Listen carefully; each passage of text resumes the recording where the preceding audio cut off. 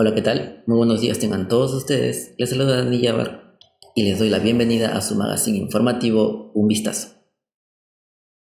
Y a continuación empezamos con el desarrollo del programa. Lamentablemente, la pandemia a consecuencia del COVID-19 se ha cobrado millones de víctimas alrededor del mundo.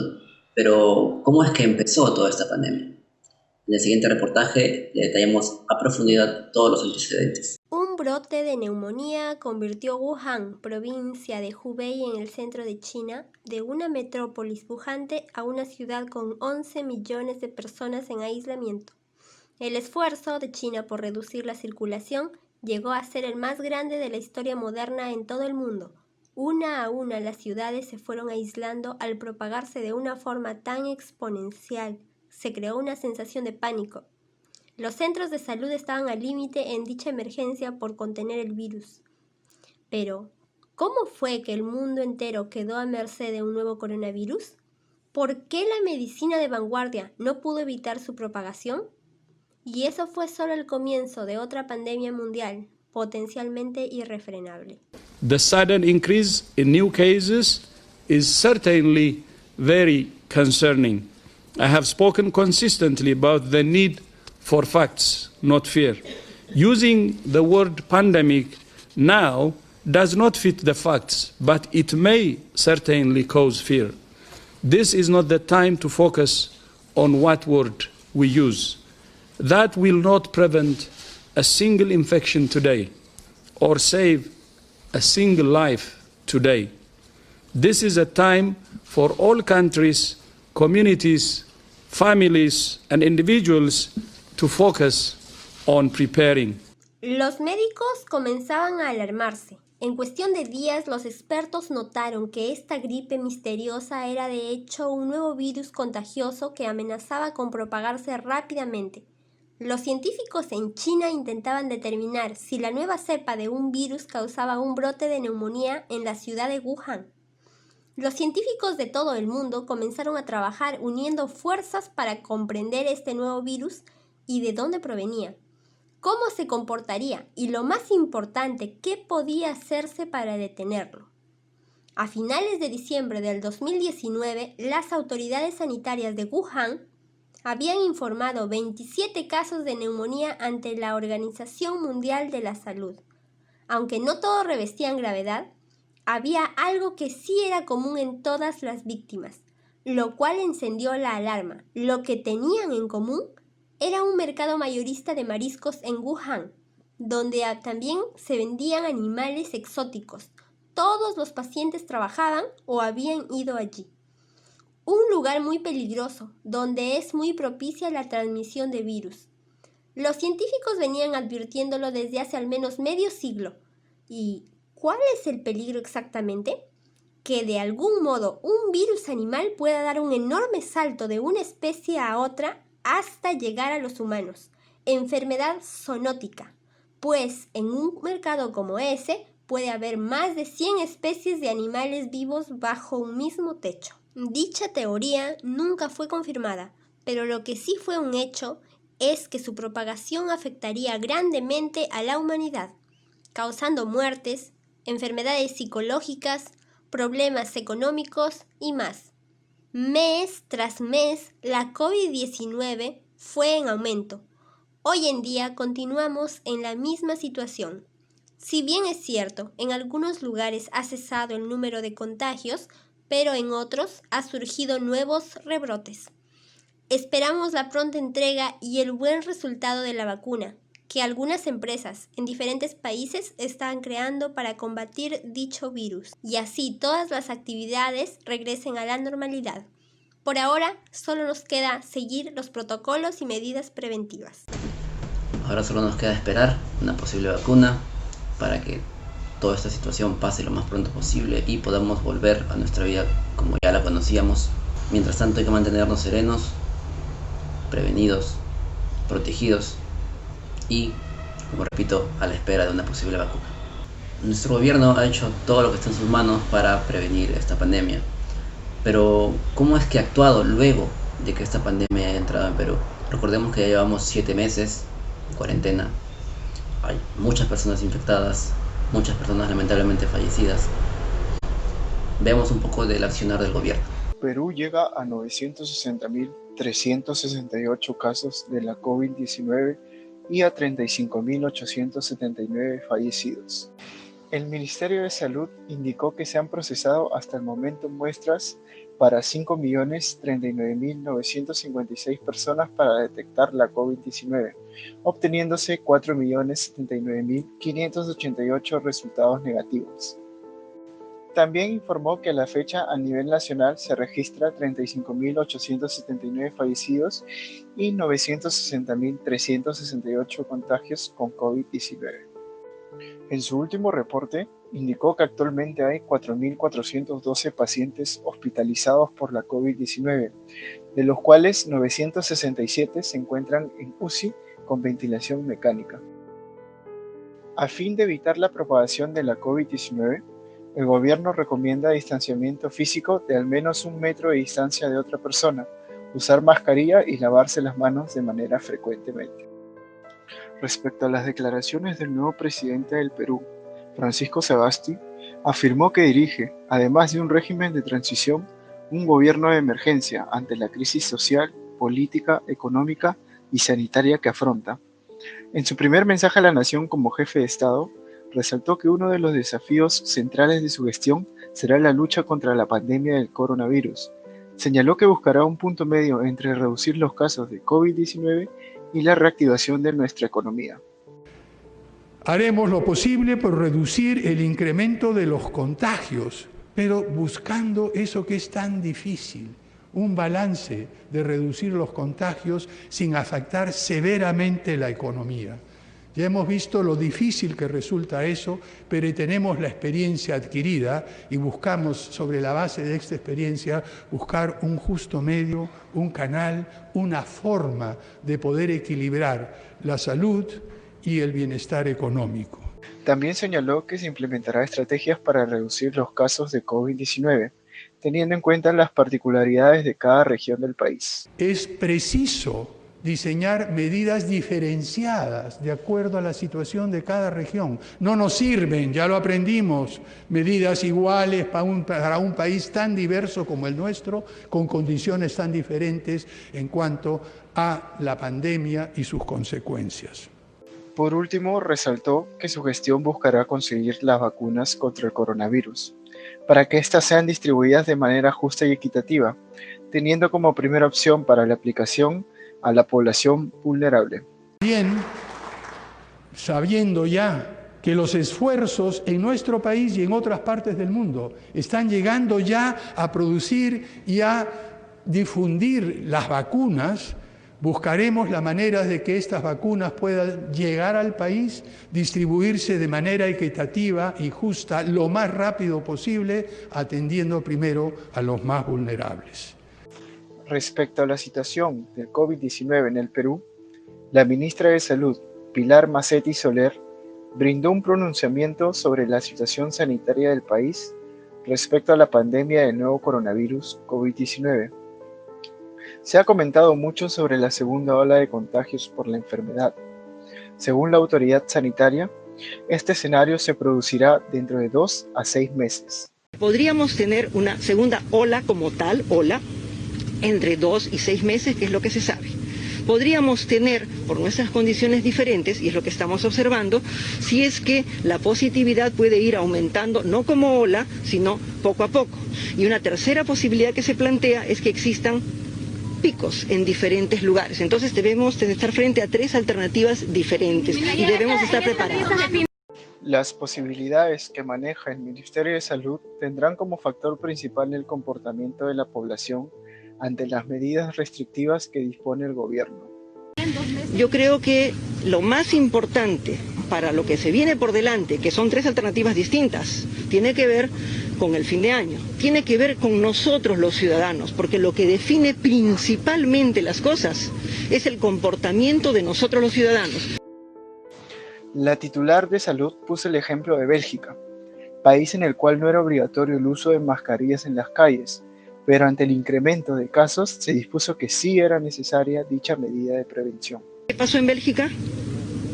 De pronto tuvieron que volver obligatorio el uso de la mascarilla cuando nosotros sí lo tenemos.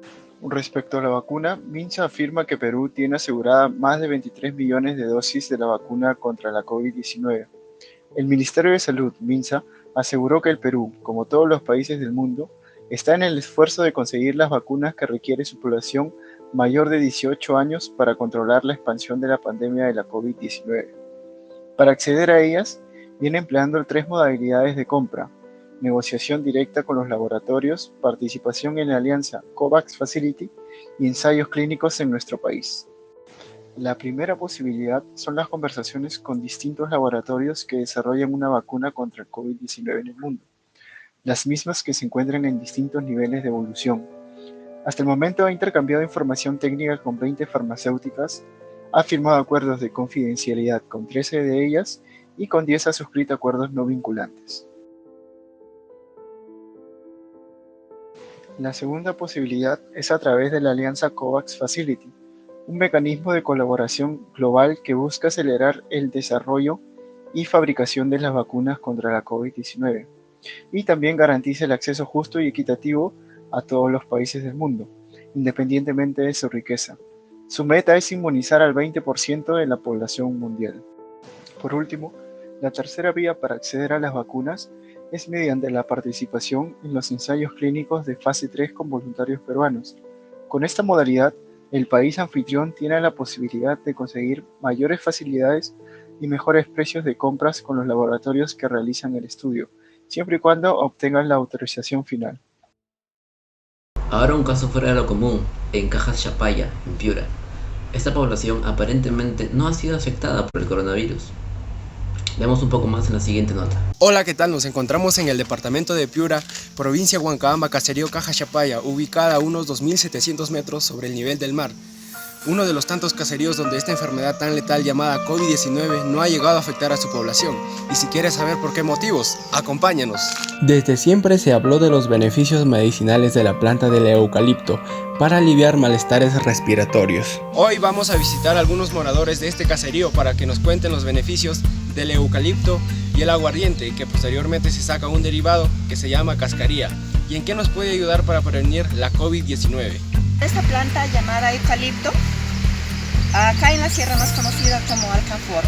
Esta planta aromática es muy bueno, sus beneficios nos benefician mucho nuestra salud, como en el resfrío, y a las personas que sufren de asma, que están propensas al coronavirus, esta planta aromática te sana, te cura. Mira, puedes usarla así, coger sus hojitas, las hojitas más tiernas, y cocinarlo en una olla grande, y cuando eso está que herve, ese vapor tiene que tu cuerpo todo absorberlo. Tú te puedes sentar ahí sobre y abrigarte con algo para que de esa forma tú te puedas curar de los huesos. Y también para las personas que sufren con bastante gripe, que del diario tienen gripe, esto te puedes hacer vapor y acá del cuello para arriba, todo te abrigas todo y absorbes por tu nariz para que tus pulmones se sientan bien fortalecidos y no puedas sufrir enfermedades. Es por eso que acá en la sierra el coronavirus no llegó, porque acá tenemos bastante naturaleza que es muy buena. Acá también tenemos otra planta que les voy a mostrar, es llamado matico.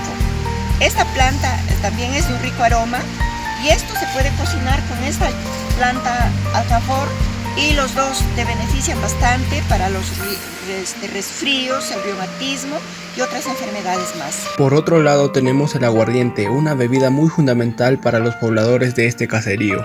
Este es el famoso cañazo que produce de la caña, que sale en dos clases, primera y segunda. Pero la primera la usamos como para prevenir del coronavirus. Del aguardiente sale un derivado que es la cascaría, que para su elaboración se necesitan de otras plantas medicinales. Esta es la cascaría que usamos acá, también es chagapa, que almacenamos de 15 a 20 días. Y es bueno para prevenir el coronavirus, por eso en esta caserío no ha llegado el corona. Tomando una copita antes de los alimentos, o antes, acá decimos en ayunas, y esta es la medida que se puede tomar. No, unos usamos tomar como alcohol, el alcohol no es mucho, es como remedios para prevenir un poquito nomás, una copita. Y así es como estos pobladores y moradores previenen el coronavirus, tan solo con plantas medicinales, plantas naturales.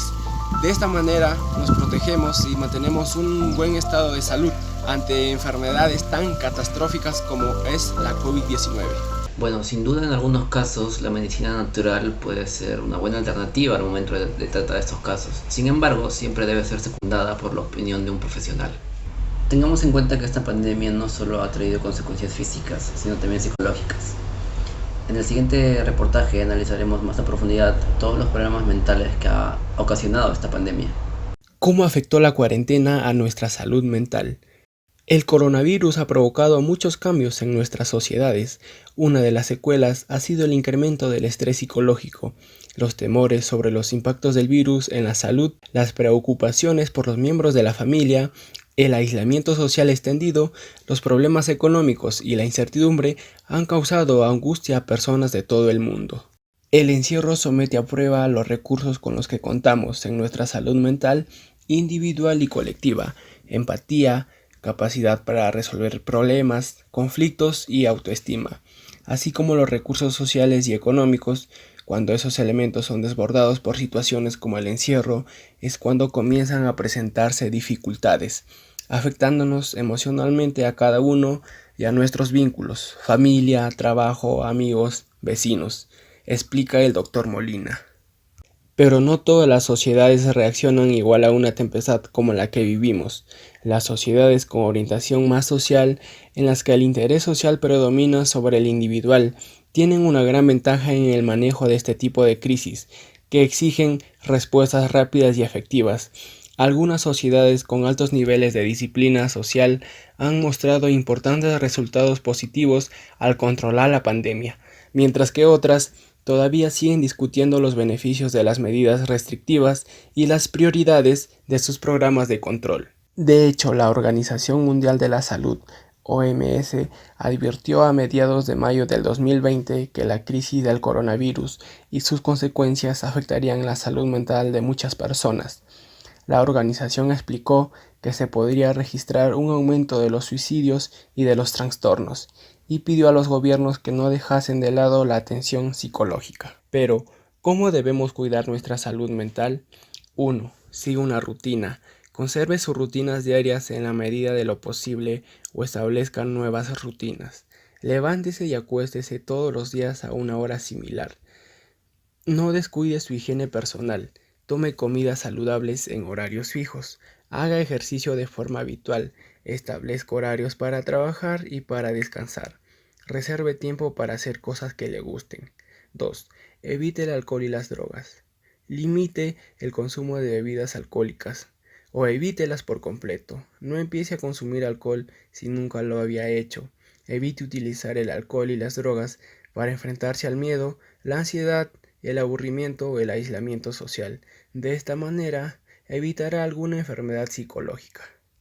Tengamos en cuenta que una buena asistencia psicológica siempre es bienvenida en cualquier momento, sobre todo si pasa estos problemas de ansiedad y estrés. Y ahora que se puede hacer de manera virtual, le aconsejamos que lo haga. Muy bien, con esto vamos a un corte comercial y enseguida volvemos.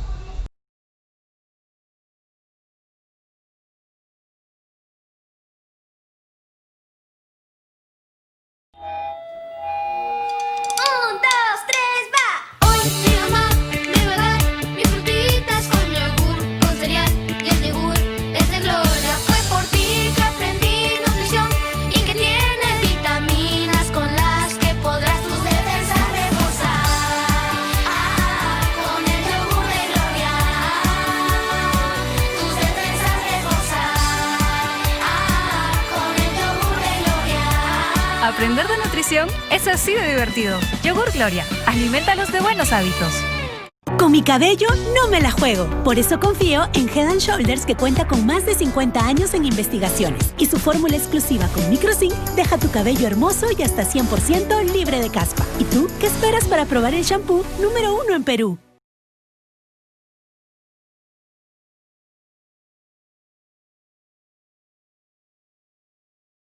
Muy bien, y ahora vamos a hablar sobre la educación en nuestro país. Como ya sabemos, esta situación de aislamiento ha traído grandes cambios a la vida como ya la conocemos. Una de las más importantes seguramente es la educación. En esta nota vamos a ahondar un poco en cómo la educación presencial ha sido reemplazada por la educación virtual. Como consecuencia de la pandemia COVID-19, el 11 de marzo del presente año, el expresidente Martín Vizcarra anunció la postergación de inicio de clases del 16 de marzo al 30. Dicho anuncio incluía colegios y poco después a los institutos y universidades.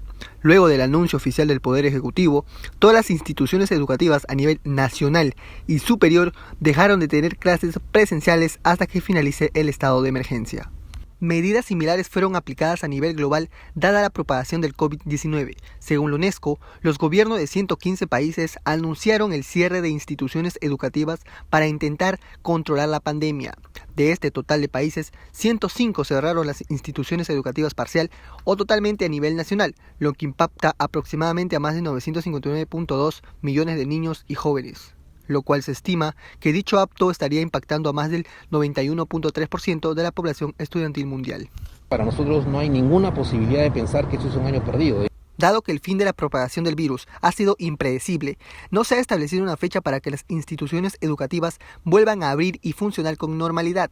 Por dicha razón, muchas han buscado soluciones alternativas ante la ausencia de clases presenciales como son las clases no presenciales o también llamadas clases virtuales. En el caso de Perú, algunas universidades, institutos y colegios están adaptándose a dicha modalidad ante el uso de plataformas como Zoom, Meet, Classroom, entre otras, e incluso la radio y TV. Sin embargo, cabe resaltar que no todos los peruanos pueden acceder con facilidad a dichas plataformas. O sea, nosotros no tenemos absolutamente ninguna duda que este año es un año distinto, pero es un año en el que estamos dando contenidos a los estudiantes. Ante el descontento de los padres de familia sobre la calidad de educación virtual que viene impartiendo los colegios, el titular de la cartera de educación señaló que emitirán una reglamentación mínima que cada centro educativo debe seguir.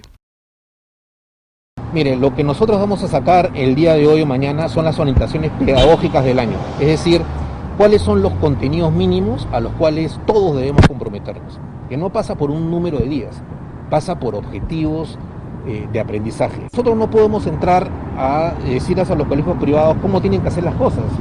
Son colegios privados porque tienen una cierta autonomía para traducir los objetivos de aprendizaje en una metodología. Un sector puede estar a favor o en contra de la educación virtual. Lo que no se niega es que ha sido una buena alternativa para continuar con la educación. Sin embargo, la continuidad de esta dependerá de lo que pase el siguiente año. Para la mayoría de estudiantes ha sido sencillo adaptarse de lo presencial a lo virtual. Pero vamos ahora al sector vulnerable, que son las personas con habilidades diferentes. Veamos cómo ellos se han adaptado a esta modalidad. Nos encontramos con la docente Marta Viviana Dávila García, especialista en inclusión educativa. ¿Cómo estás, Marta? Bien, gracias. Gracias por aceptar nuestra entrevista. Bueno, comencemos con las preguntas, ¿te parece? Claro, correcto. ¿Por qué decidiste especializarte en este ámbito? Bueno, es básicamente por la necesidad que encuentras en el aula, distintas formas de que los niños tienen la necesidad de aprender. Entonces, uno como docente no lo conoce todo y tiene que ponerse a estudiar para saber cómo podemos apoyarlos. ¿Cuánto tiempo tomas tú para hacer tus clases y que el niño se concentre? Bueno, el tiempo mucho depende. Si tú me hablas de clase, puede demorarse 40 minutos, 50 minutos, una hora. Eso puede ser. Pero va a depender de la disposición del niño. Hay niños que, dependiendo también de la discapacidad, no toleran mucho tiempo de trabajo. Entonces tienes que trabajar rápidamente con ellos, ¿no? Y alcanzar el objetivo del día, ¿no? Eso es. ¿Qué estrategias aplicas para que la enseñanza sea, sea más rápida, ¿no? Que los niños puedan captar un poquito más rápido. Bueno, la estrategia básica y primordial que yo utilizo es el juego. A través del juego el niño aprende. A través del movimiento, de juego, un niño sin movimiento, un niño sin juego no aprende. Entonces, y más con un niño que tiene un diagnóstico de una discapacidad, ¿no? Con mayor razón tienes que hacer ejecución de muchas estrategias solamente lúdicas, ¿no? ¿Cómo los padres pueden ayudar a sus niños en el aprendizaje? Bueno, hay muchas formas en las que los papás pueden ayudar, ¿no? Y como siempre trato de decirles es, primero, yo creo que primero es conocer a sus hijos, ¿no? Saber cuál es la necesidad que tienen sus niños y qué es lo que necesitan como prioridad. Por ejemplo, si un niño necesita ayudarse un poco más con el lenguaje oral, que a veces se les complica, entonces hagamos ejecuciones de trabajo para ese punto específico, ¿no? Entonces esa es la forma en la que apoyamos a la familia, darles un poco la guía de que ellos sepan cuáles son las estrategias que pueden utilizar en casa para trabajar con ellos. Bueno, está bien. Un mensaje que les dieras a todas las personas para poder ayudar en la educación, a los profesores. Bueno, como en algún momento conversamos con muchas amigas docentes, yo creo que lo mejor que podemos hacer es trabajar, nada más, trabajar fuerte y duro, y porque la educación, por más que haya en este momento haya cambiado, no significa que nosotros los docentes estamos con los brazos cruzados, ¿no? Buscamos nuevas estrategias para llegar a los niños a través de cosas virtuales, y hay un montón de cosas y trabajo que podemos hacer con ellos. Entonces, lo único es no rendirse y seguir adelante, que esto ya va a terminar y que todos vamos a regresar a la normalidad, ¿no? Sí, es verdad. Muchas gracias por tu tiempo que nos has dado y por tu entrevista. De nada. Hay que tener una mayor presencia del Estado en este tipo de educación para este tipo de personas. Si bien es cierto, esto siempre ha sido una falencia, sobre todo en estos momentos de catástrofe para el mundo. Hay que hacer un gran hincapié en apoyar a esas personas. Siempre se dice que con esfuerzo y perseverancia se lograrán todas nuestras metas. Esto es lo que aplicó Patsy Bendayan. Veamos cómo surgió una de las productoras más importantes de nuestro país. Bienvenidos a una vez más. Hoy tenemos una entrevista muy interesante con una invitada muy especial. Ella pertenece al ámbito televisivo, es productora audiovisual y creadora de programas exitosos, pero también tiene una amplia experiencia en relaciones públicas, marketing y publicidad. No solo eso, ella es actriz de teatro, cine y televisión. Con nosotros, Patsy Bendayan. Bienvenida, Patsy. Muchas gracias, Clarita, por esa presentación. Bien, feliz de estar con ustedes.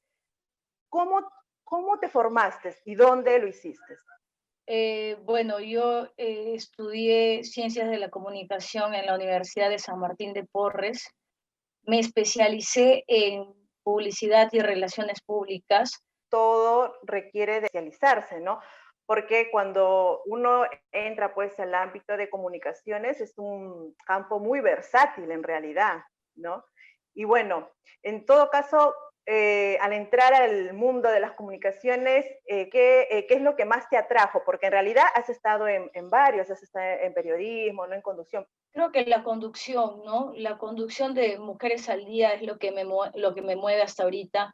Si bien es cierto con la radio ahorita también, que es algo que me apasiona desde chiquitita, yo creo que es la conducción, netamente. No es fácil tampoco, me imagino que para ti al comienzo no ha sido fácil expresarte o desarrollarte, ¿no? Ser comunicadora, porque de alguna manera uno siempre tiene los nervios, ¿no? El que sí, si me claro. están mirando, todo, ¿no? Y el tema del teatro es muy bueno, porque eso te ayuda a desenvolver, te ha ayudado prácticamente a desenvolverte en esta etapa. Sí, estudié un año con Efraín Aguilar, estuve un tiempo con Alberto Barrera también, y también hice impro con Lucho Herrera. Traté de aprender lo más posible, ¿no? Para ver qué cosas podía adaptar yo de estas distintas, ¿no? cosas a mi carrera. Voy a recordar acá unas palabras que en algún momento las llevaré hasta la tumba de Cecilia Valenzuela, cuando me comparó, y modestia aparte me sentí muy halagada, con César Hildebrand, que me dijo que él era un chiquitito, enanito, en vivo, pero le prendían la cámara y se agigantaba. Y era lo mismo que pasaba conmigo, decía ella, ¿no? Que yo soy chiquitita, tú me ves en la calle, cualquier cosa, mentira. Pero en la tele y en la radio es otra cosa. Tú tienes que explotar de energía y sentir y transmitir, y eso es comunicar. ¿Cuáles son las cualidades que debería tener un buen productor? Yo creo que la organización es fundamental. Un buen productor debe ser una persona organizada, debe saber exactamente qué necesita para que todo el trabajo salga impecable. Un equipo también, me imagino que el productor pues tiene un cargo muy difícil, ¿no? Que tener que, como dices, visualizar todo, o sea, no se le puede escapar ni una, porque si no, se va, es como que, una idea increíble se puede ir y no, y pude haber hecho, desarrollado y evolucionado eso. Para ti, ¿cuál sería la clave para desarrollar un buen equipo de trabajo?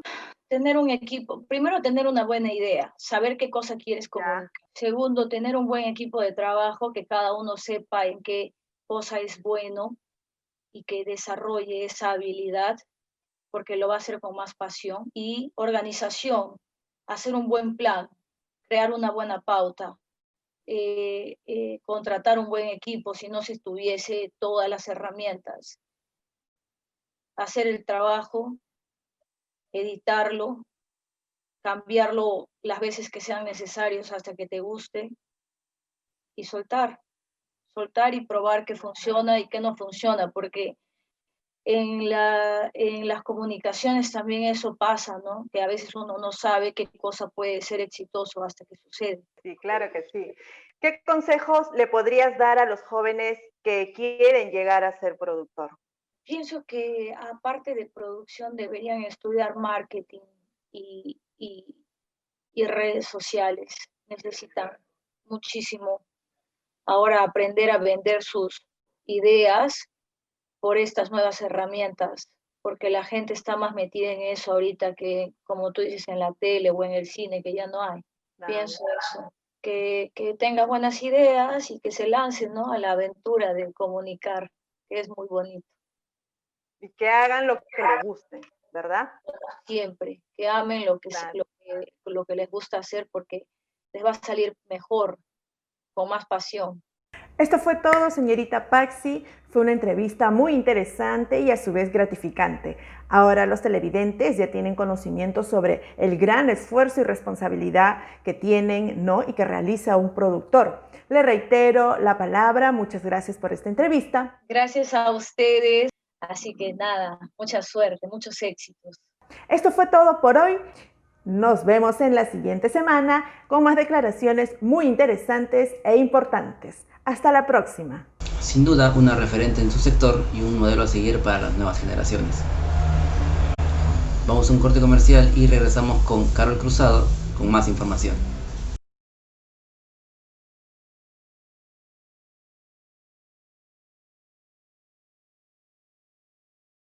Cuando estás en familia, siempre tienes que estar preparada para todo. Por eso tengo Cicatricure Gel, porque nunca faltan los accidentes al jugar o cuando alguien se quema.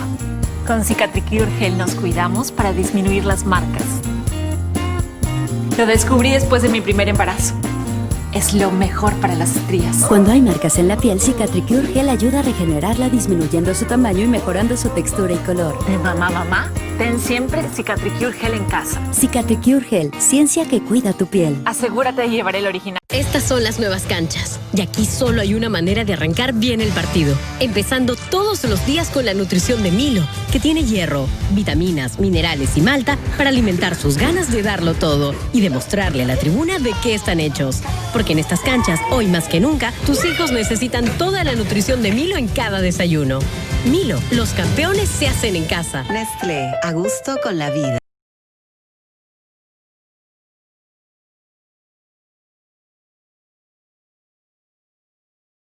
Bienvenidos a su programa Un Vistazo. El día de hoy tendremos un programa con mucha información y contenido nacional. La economía y muchas empresas han sido afectadas tras la llegada de la pandemia, puestos de trabajos escasos. Así es como está nuestro país hoy en día. En el Perú hay alrededor de 2 millones de empresas activas, según INEI. En su mayoría repartidas entre el comercio por mayor y menor, servicios de comida, construcción y manufacturas. Sin embargo, el sector más afectado sería el turismo, que a su vez afecta a los servicios de transporte, alojamiento y comida. Las empresas de exportación e importación también son un sector bastante afectado por esta pandemia. Como dato, entre el 80 y 90% de productos que se venden en el centro de Lima son traídos de China. Definitivamente estamos siendo afectados todos como sociedad. Lo estamos viendo, vemos cómo ha evolucionado la enfermedad alrededor del mundo. Eso significa que también a nosotros ya nos está llegando, pero es una responsabilidad compartida en el sentido de que todos, digamos, debemos, tanto empresas públicas como empresas, sector público, sector privado, debemos hacer nuestro mejor esfuerzo para salir en el más breve tiempo posible del tema, porque ya lo tenemos, ¿no? Entonces, ahora, en cuanto a las actividades económicas que están vinculadas al emprendimiento, a los pequeños empresarios, no tenemos una magnitud, no sabemos una magnitud exacta del tema, pero por la mayoría de las actividades que se desarrollan, que están más vinculadas a temas de servicios y comercio, quizás una de las ventajas que tendríamos es que muchas de estas actividades se realizan en el domicilio, o sea, el emprendedor tiene su propio espacio dentro de su propiedad, digamos, ¿no? Pero, ¿cómo afecta esto a los nuevos emprendimientos? De acuerdo con el INEI, en lo que va del año se han creado más de 66.000 empresas, de las cuales casi el 50% se encuentra en Lima. Estos emprendimientos se han fundado con bases del comercio online, a efectos de la pandemia, no teniendo por ende establecimientos particulares para su negocio y optando por sus propios hogares para reunir mercadería para posteriormente entregar vía delivery. Sin embargo, los negocios o empresas que estrictamente se mantienen en el comercio tradicional enfrentan distintos problemas. No importa el tamaño de empresas, o sea, todas las empresas son afectadas. Y emprendimientos hay en todo tipo de empresa. Entonces, de hecho, sabiendo de que el consumo puede ser afectado, y de hecho eso es lo que ocurre, ¿no? Simplemente es una decisión prudente como negocio, si lo vemos, postergar, por ejemplo, la salida de un emprendimiento, ¿no? Va a depender de cuán rápido salgamos del ciclo del coronavirus, ¿no? Porque tiene un ciclo, o sea, ahí hay información de que en China está remitiendo la enfermedad. Entonces con ellos empezó y está dándose indicios de remisión. Entonces, eso significa que nosotros también tendríamos un ciclo propio, ¿no? Acá. Y para salir cuanto antes, simplemente lo que hay que atender y hacer es las recomendaciones que da, por ejemplo, el Ministerio de Salud. Exacto. ¿No? Entonces, como la actividad vinculada a pequeños emprendedores tiene que ver bastante con, por ejemplo, servicios alimentarios, la higiene es lo más importante, ¿no? O sea, ya hemos superado crisis como esta, ¿no? En los 90, la crisis del cólera, ¿no? Entonces, y se aplicaron protocolos, se superó el tema, y yo también confío que en esta oportunidad, si hacemos lo que nos corresponde hacer, como gobierno, como consumidores, exacto, como empresarios, como sector, como gobierno, ¿no? O sea, atender los temas de higiene, ¿no? Lo común que ahora todo el mundo ahora tiene un frasco de gel para estar continuamente limpiándose, y eso es importantísimo para que precisamente el ciclo sea corto y se vaya, superemos este tema, ¿no? Las empresas que han sido afectadas fuertemente se han visto obligadas a cerrar a causa de este brote de coronavirus. Empresas como Soyuz, empresa de transporte interprovincial que estuvo en el negocio por 38 años. Uber Eats, servicio popular de delivery que llegó a Perú hace 2 años. Además de París, de Cencosud, luego de estar 8 años en el país. A pesar que la situación se ha ido minimizando y las medidas de seguridad son prioridad en todas las empresas para que sean activadas, la posibilidad de una segunda ola de coronavirus podría afectar a muchas más empresas, quienes se verían afectadas de manera permanente, llevándolas al cierre. No solamente la responsabilidad de estar regresando a medidas restrictivas y de cuarentenas, es este tema de reuniones familiares. Yo creo que tan o más importante es el siguiente factor, de que el gobierno creo que puso mucho acelerador en la reapertura de la economía, la reabrió muy rápidamente, incluso poniendo ya luz verde a la operatividad de actividades de alto riesgo de contagio, como son los grandes centros comerciales, los restaurantes, los vuelos aéreos y interprovinciales al 100% de aforo, en fin. Todo eso también ha contribuido a esta agudización de la pandemia, y tan es así que el gobierno está ya dando marcha atrás en muchas de esas medidas. Sin lugar a duda, hubo presión de las grandes empresas por abrir sus negocios, puesto que es obvio que en los centros comerciales, debido a la aglomeración de personas, el contagio es más factible, aunque se adopten las medidas sanitarias correspondientes. Por otro lado, otro tipo de empresas como los cines, las universidades, los colegios o instituciones gubernamentales aún no están permitidas para retornar a labor, siendo que estos son los servicios que necesitan más atención. ¿Por qué unos sí y otros no? La mitad de la economía está en el sector servicios.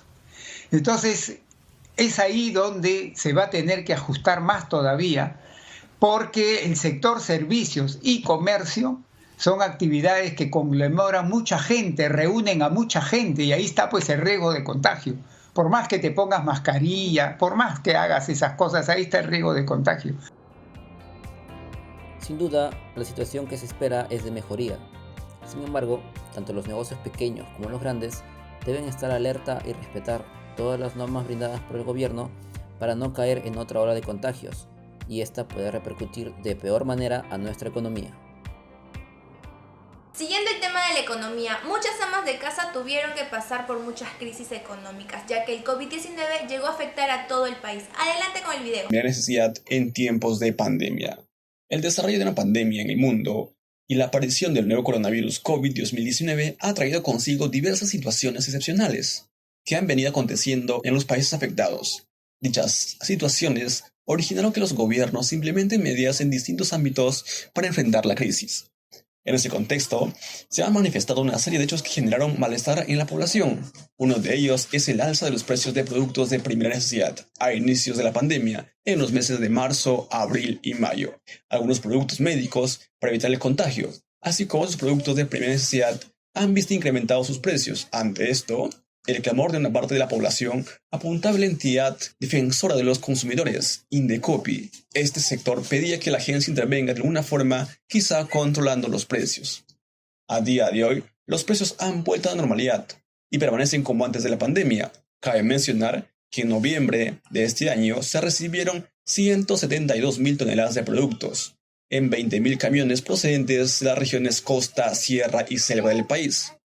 En mayo ingresaron 182.000 toneladas y 21.000 vehículos.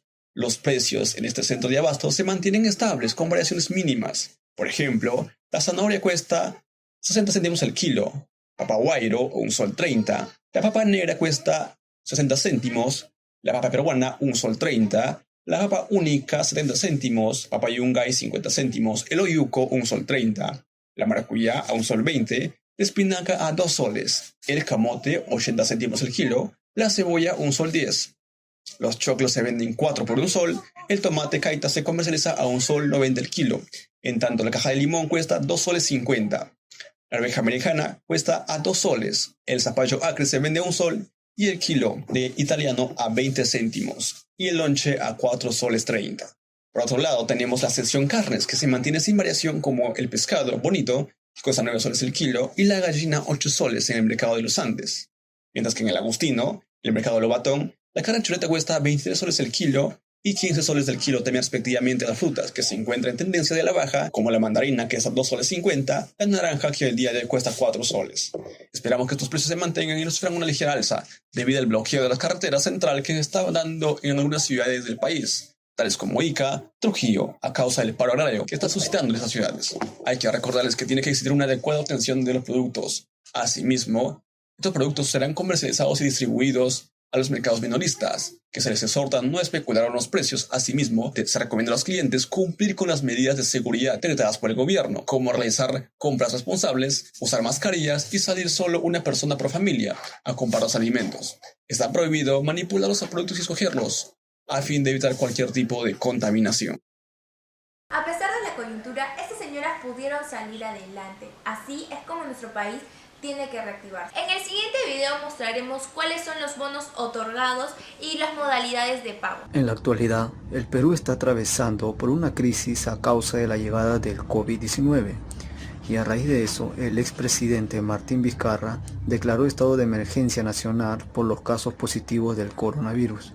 Y posterior a eso, ordenó la medida de inmovilización social obligatoria que impide el desarrollo normal de actividades económicas que permiten el sustento diario en el hogar. Es por ello que el Estado brinda una serie de ayudas económicas con el fin de ayudar en las necesidades de miles de peruanos que están en la imposibilidad de trabajar. Es por eso que a continuación daremos a conocer los bonos que el gobierno ha estado brindando y cómo pueden acceder a cada uno de ellos.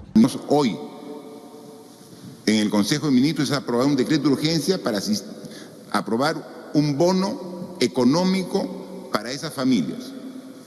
Ha hecho un cálculo el Ministerio de Economía y Finanzas y ha determinado que por estos 15 días va a dar un bono económico de 380 soles a las familias para que acaten el estado de emergencia y podamos nosotros, a través de los mecanismos que se están estableciendo, hacer las transferencias correspondientes para que puedan tener los ingresos que van a dejar de tener precisamente en este estado de emergencia. Como todos recordarán, el primer bono que otorgó el gobierno del expresidente Vizcarra fue llamado Yo me quedo en casa, o en su momento como el bono 380, y esa ayuda económica fue destinada para beneficiar a 2.5 millones de familias que se encontraban en situación de pobreza o pobreza extrema. Web de la OMPE, en la sección Conoce tu local de votación, se habilitará para saber si usted es beneficiario del bono Yo me quedo en casa.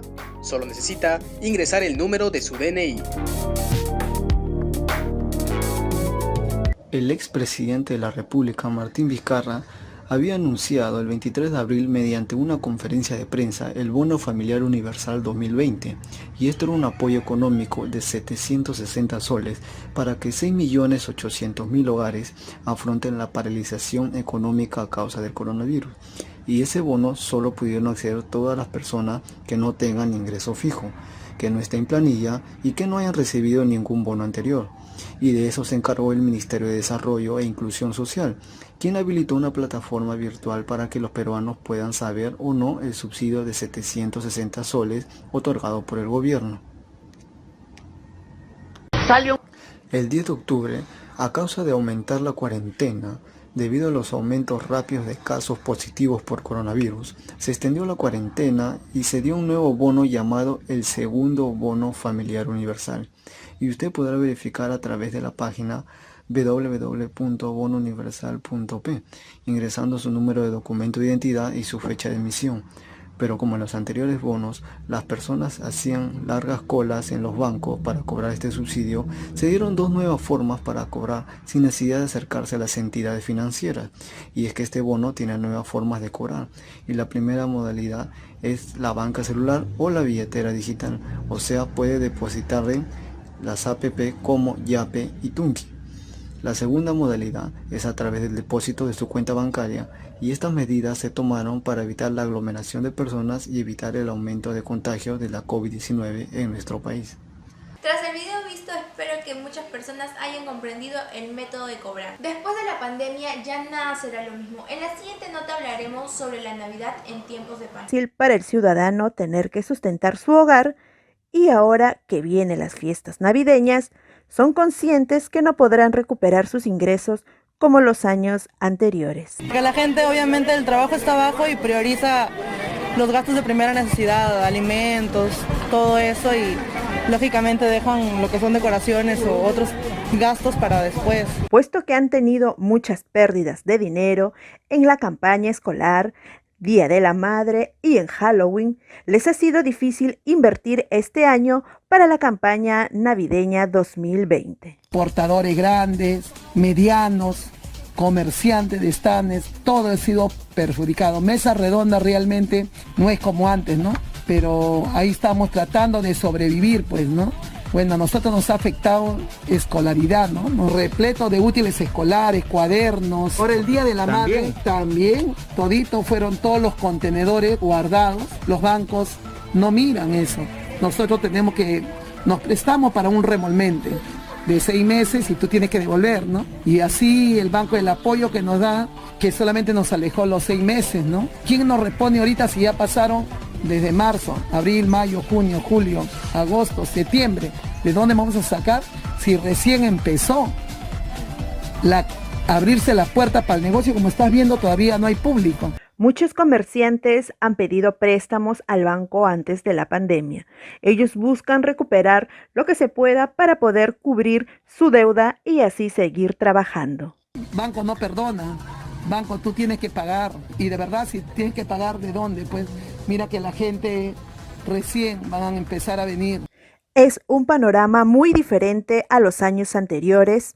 Definitivamente esta Navidad no será igual, pero eso no impide que los comerciantes sigan luchando por salvar su negocio y su clientela. Tras la llegada del COVID ya nada será lo mismo. Familiares pasarán lejos. Esperemos que esto acabe pronto para que se puedan encontrar y abrazar.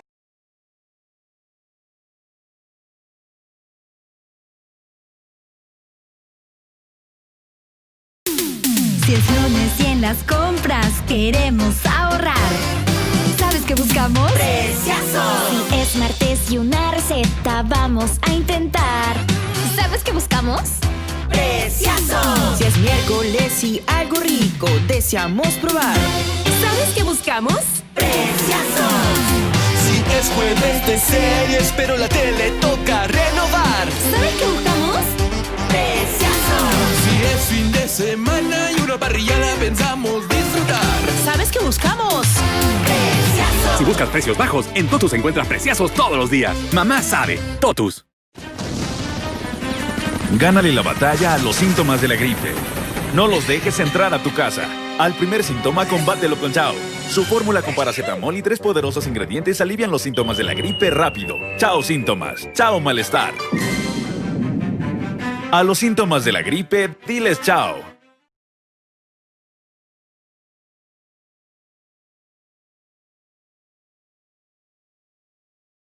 La política es otra de las crisis que aún sigue persistiendo en nuestro país, y más aún en tiempos de pandemia, donde las circunstancias de la vida y de los peruanos es complicada. Adelante con el reportaje. Con diversos problemas que enfrenta el Perú a raíz de la pandemia, se sumaría una crisis política abismal, donde la ciudadanía no está dispuesto a tolerar y ha estado siempre alerta a cada paso que el gobierno viene haciendo durante todo el proceso de la cuarentena.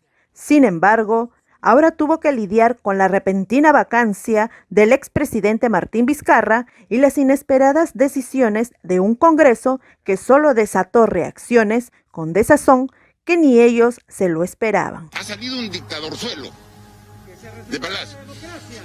No se trata de cambiar por otro que tenga más estudios o que tenga mayor empatía o simpatía. No, de eso no se trata. No puede ser que la institución, el Congreso de la República, que nos ha metido en esta crisis política que tiene 5 días paralizado al Perú, con muertos, nos vaya a dar la solución eligiendo a otra persona que ellos crean. Luego que el Congreso aprobara la vacancia, el expresidente Martín Vizcarra se reunía con una parte de sus ministros para coordinar y enfrentar una decisión que ellos consideran ilegal y que sea el Tribunal Constitucional que decida si es legal la actitud del Congreso. Es una mayor irresponsabilidad el político cortoplacista, simple hasta rayar en lo delincuencial, que resuelve sus crisis simplemente tachando, vacando y no proponiendo nada. La población salió a manifestarse en contra de la vacancia, no por Martín Vizcarra. Ellos consideran que la decisión del Congreso ha sido un golpe de Estado y que ya estaban con ansias desde hace mucho tiempo en vacarlo. Pero creo que, no sé si es que por error o a propósito, el presidente también va al Congreso y les enrostra diciendo pues que hay 67 congresistas en peores condiciones incluso que él. son adolescentes políticos y como adolescentes impulsivos, no tienen visión política más global, y a lo que se le agrega también venganzas políticas, sobre todo aquellos quienes formaban parte de los partidos que tuvieron preponderancia en el Parlamento disuelto. Merino, por más que se sienta o crea, no es Valentín Paniagua. Ni el 2020 es igual al 2000.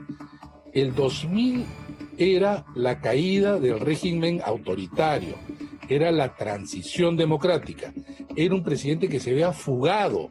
En este caso, es un presidente en ejercicio. Para la población, la juramentación de Manuel Merino como presidente es una clara muestra que priorizaron el interés subalterno de soberbia en conjunto con el Congreso y no les importó ni un poco la situación del pueblo peruano, ni los números de aumento en contagios, ni el desempleo, entre otros temas que se consideraba prioritario en el Perú, producto de la pandemia.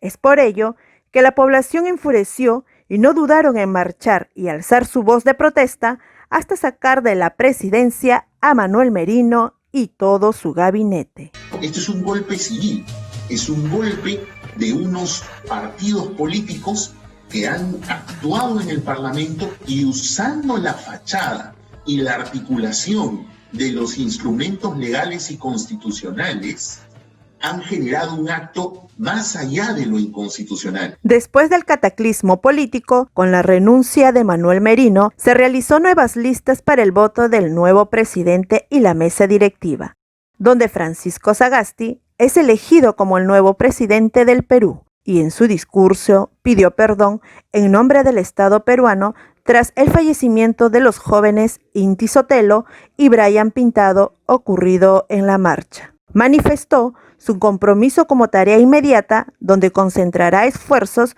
como en la lucha contra la pandemia, garantizará la estabilidad económica y el equilibrio fiscal, como también la educación, la lucha contra la corrupción y otros temas que irá desarrollando de manera eficaz y rápida posible.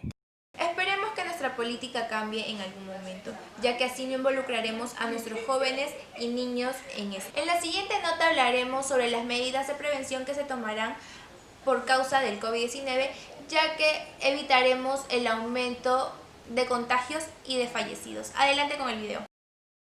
La ministra de Salud Pilar Massetti Soler brindó un pronunciamiento sobre la situación sanitaria del país respecto a la pandemia del nuevo coronavirus y la posible segunda ola de contagios. Según la titular del Ministerio de Salud, este escenario se producirá dentro de 2 a 6 meses. Las posibilidades que maneja el MINSA tendrá como factor principal el comportamiento de la población ante las medidas restrictivas que dispone el gobierno. Que podríamos tener una segunda ola como tal, entre 2 y 6 meses, que es lo que se sabe. Podríamos tener, por nuestras condiciones diferentes, y es lo que estamos observando, si es que la positividad puede ir aumentando, no como ola, sino poco a poco. Y una tercera posibilidad que se plantea es que existan picos en diferentes lugares. Entonces debemos estar frente a 3 alternativas diferentes y debemos estar preparados. ¿De fin de año que iniciarían a adoptar? ¿Que iniciarían 2 meses? Yo creo que lo más importante para lo que se viene por delante, que son 3 alternativas distintas, tiene que ver con el fin de año, tiene que ver con nosotros los ciudadanos, porque lo que define principalmente las cosas es el comportamiento de nosotros los ciudadanos. ¿Qué pasó en Bélgica? De pronto tuvieron que volver obligatorio el uso de la mascarilla cuando nosotros sí lo tenemos. ¿Okay? Entonces, en primer lugar, las personas tenemos que saber comportarnos, porque nadie va a salir con una escopeta a prohibirle a la gente que se acerque a los otros. Si cada uno de nosotros sabemos que hay un aforo, que hay una distancia de mínimo 1 metro, y lo ideal es 1,5 metros, si sabemos que los mayores no deben exponerse, que los niños, que no podemos regular mucho su comportamiento, porque un niño es un niño y quiere jugar, y quiere acercarse a sus amiguitos, no hacemos todo lo necesario para controlar esos factores, de nada va a servir que digamos que entre el 50% 50%, el 60% o el 70%. De nada va a servir que el horario de trabajo sea de tal hora o tal hora. Las medidas van a continuar, entonces, ¿qué restricciones? No solo van a continuar medidas, sino que las medidas tienen que reevaluarse. Los domingos, por ejemplo, ministra. Se está observando los domingos, se está viendo cómo nos estamos comportando y si las cosas siguen bien, pues podremos mantener las medidas. Con respecto a la compra de vacunas, Mazzetti explicó que UNA actualmente tiene ya comprado un lote de 1,5 millones de vacunas de la empresa Pfizer, pero lo que se está negociando apunta a obtener las vacunas necesarias para inmunizar con la primera dosis a 24 millones de adultos en el primer trimestre del próximo año. Pero lo que estamos intentando, todos los que están participando en la negociación, es que tengamos la posibilidad de vacunar en el primer trimestre a todos los adultos. ¿Okay? Entonces, ¿cuál es la cantidad exacta que el Perú ha comprado en vacunas a Pfizer? No, una cosa es lo que hemos comprado y otra cosa es lo que estamos negociando. Lo que hemos comprado es el 1,5 millones y lo que estamos negociando, mejor dicho, con Pfizer se ha previsto 9,5 millones, de los cuales 1,5 millones estarían llegando en el primer trimestre. Eso es lo que está firme, exactamente. Lo que se está negociando es que tengamos nosotros la posibilidad de vacunar los 24,5 millones de peruanos que tenemos con la primera dosis en el primer trimestre. Eso depende. Lo que queremos es los 24,5 millones, o sea, la cantidad de adultos que tenemos que vacunar es 24,5 millones. Y sería ideal, en un mundo ideal, porque eso no depende solo de nosotros, en un mundo ideal que nuestro país pueda tener esas dosis en el primer trimestre para vacunar antes de las elecciones. No omitir las precauciones que nos están brindando, para así nosotros poder evitar los contagios y poder salir de todo esto. Esto fue todo por hoy. Gracias por su preferencia. Hasta la siguiente edición.